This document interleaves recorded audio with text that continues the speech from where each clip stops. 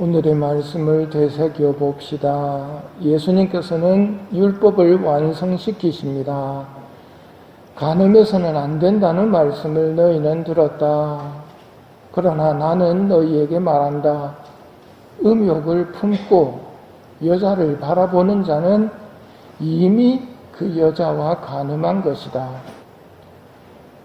율법은 외적으로만 판단되지 않고 숨은 일도 보시는 하느님이시기에 보이지 않는 마음의 상태까지도 율법을 지켜야 한다는 뜻입니다.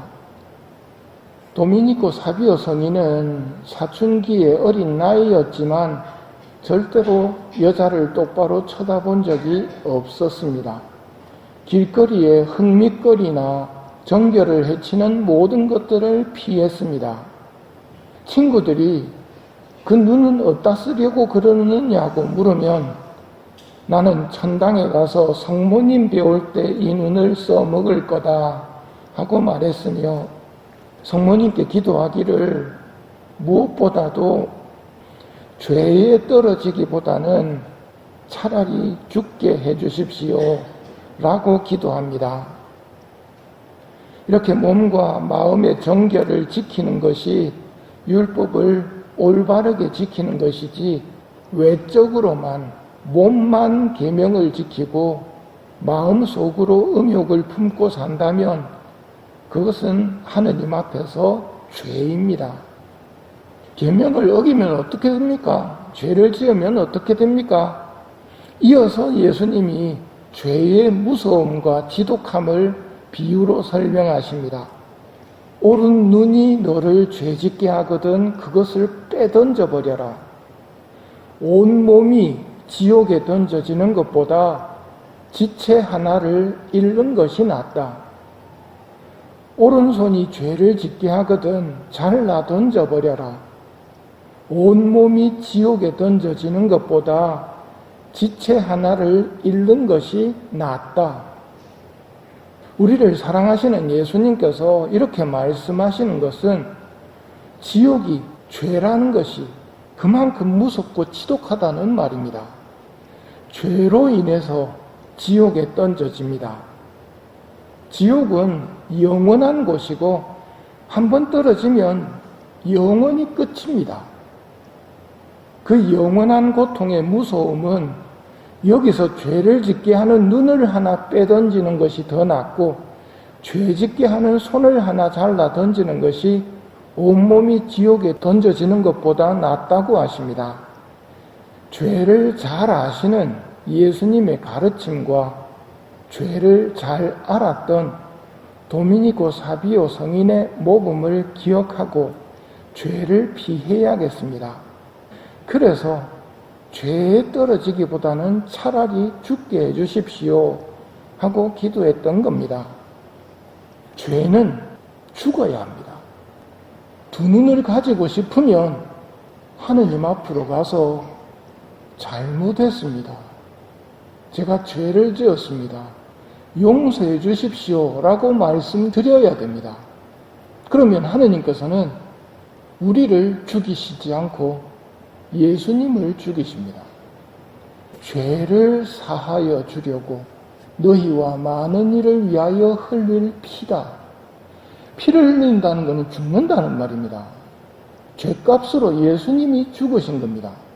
즉 고해소에서 나올 때 죽어야 할 나 대신 예수님이 죽으셨다는 것에 대해서 생각을 해보셔야 예수님에 대한 사랑이 제대로 성장합니다.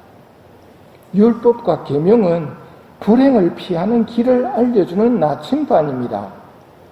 하지만 율법을 자기 생각대로 해석했던 당시 사람들에게 몸과 마음을 다해서 율법을 지켜야 한다는 것을 가르치시고 그것을 거부할 경우 돌이킬 수 없는 불행 속으로 던져지게 됨을 가르치시는 겁니다.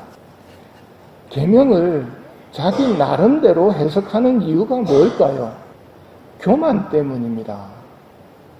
개신교와 천주교가 싸우는 것은 자기가 물고 있는 진리 한 조각 때문에 서로 싸움이 납니다. 왜? 나도 진리를 물고 있고 저기에서도 진리를 물고 있기 때문입니다.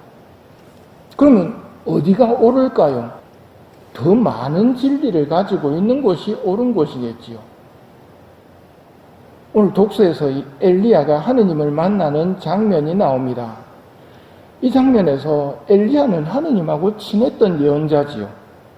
그런데 하느님을 기다리는 동안 바람, 지진, 불이 일어남을 체험합니다. 바람, 지진, 불, 하느님을 설명해내기가 어렵기 때문에 하느님께서 당신을 드러내실 때 체험하게 해주신 비유들입니다. 바람 속에서 하느님을 체험한 적도 있고 지진 속에서 하느님을 체험한 적도 있습니다. 불 속에서도 체험한 적이 있습니다. 어떤 게 맞는 겁니까? 오늘 독서에서는 그 세 군데 중에는 안 계셨습니다. 그게 다 지나가고 고요한 목소리가 들려오죠. 그게 하느님입니까? 그것도 하느님입니다. 하느님이라는 태평양을 작은 컵인 내 머릿속에 담으려고 하니까 이렇게도 퍼보고 이렇게도 퍼보고 펄 때마다 다르지만 같은 하느님입니다. 하느님과 우리와의 관계가 어떤 관계일까요? 가장 많이 여러분이 하느님을 부르는 호칭이 뭡니까? 그것 다음으로 부르는 호칭은 뭘까요?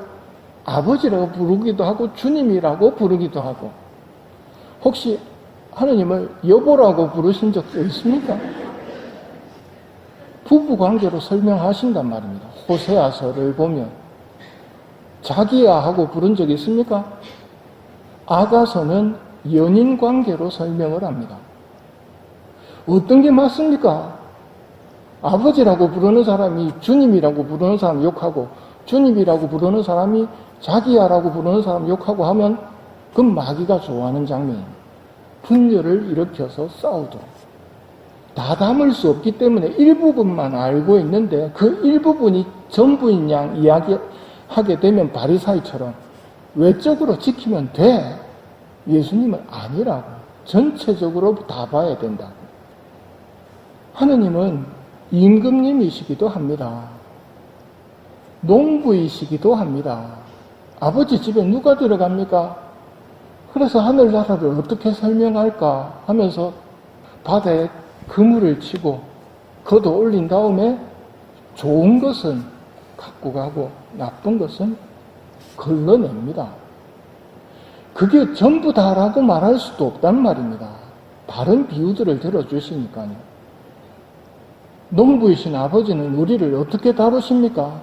열매 맺지 않는 가지들을 어떻게 하십니까? 쳐내십니다. 그럼 열매 맺고 있는 우리는 손 안 대십니까? 열매 잘 맺는 가지들은 손질을 하십니다. 결국 그것도 쓸데없는 부분은 손질을 하신다는 건 쳐낸다는 말입니다. 고통이 없을 수는 없습니다. 이게 잘라냄의 쳐냄이 아니라 손질의 쳐냄이 되어야 되겠지요. 그러려면 하느님이 어떤 분인가? 지금 나한테 어떤 분인가?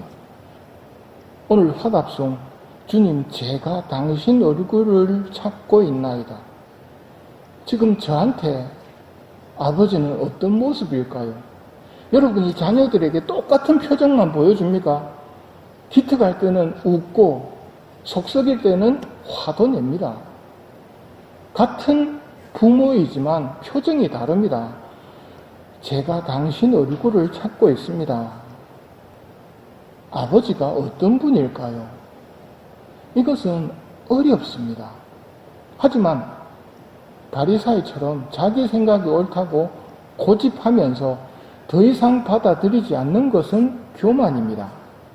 엘리야가 하느님을 만나기까지 하느님을 열심히 섬겼지만 수동성의 법칙을 적용하고 있습니다. 아버지를 기다리고 있는 겁니다. 어떻게 해야 될지 모를 때 기다리고 있는 게 수동성의 법칙입니다. 아버지께서 조용하고 부드러운 목소리로 나타나셔서 설명을 해주시지요. 길을 돌려 다마스쿠스로 가서 하자엘을 아람 임금으로 세우고 예후를 이스라엘 임금으로 세우고 엘리사를 네 후계자로 삼아라. 엘리야가 하느님의 일을 하면서 이런저런 계획을 세우고 추진하는 게 아니라 하느님의 뜻을 고요히 기다렸고 그 침묵에 하느님께서는 대답을 주십니다. 하느님은 우리 상상을 뛰어넘으시는 무한히 크신 분입니다. 바람이나 지진이나 불도 모두 하느님의 것이지만 그것에 한정되어 계신 분이 아닙니다. 성령 강림 때는 어떻게 체험했습니까? 바람이 불었죠.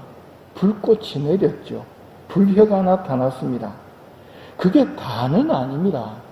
하느님의 일부분을 우리에게 보여주시는 겁니다. 우리도 하느님의 무한하심을 잘 새기고 겸손되이 살아갑시다. 하느님의 말씀을 받아들이면서 지옥에 대해서 말씀하실 때 그 두려움을 가지고 피하려는 생각과 피하도록 해달라는 기도를 바치는 것이 올바른 생각입니다.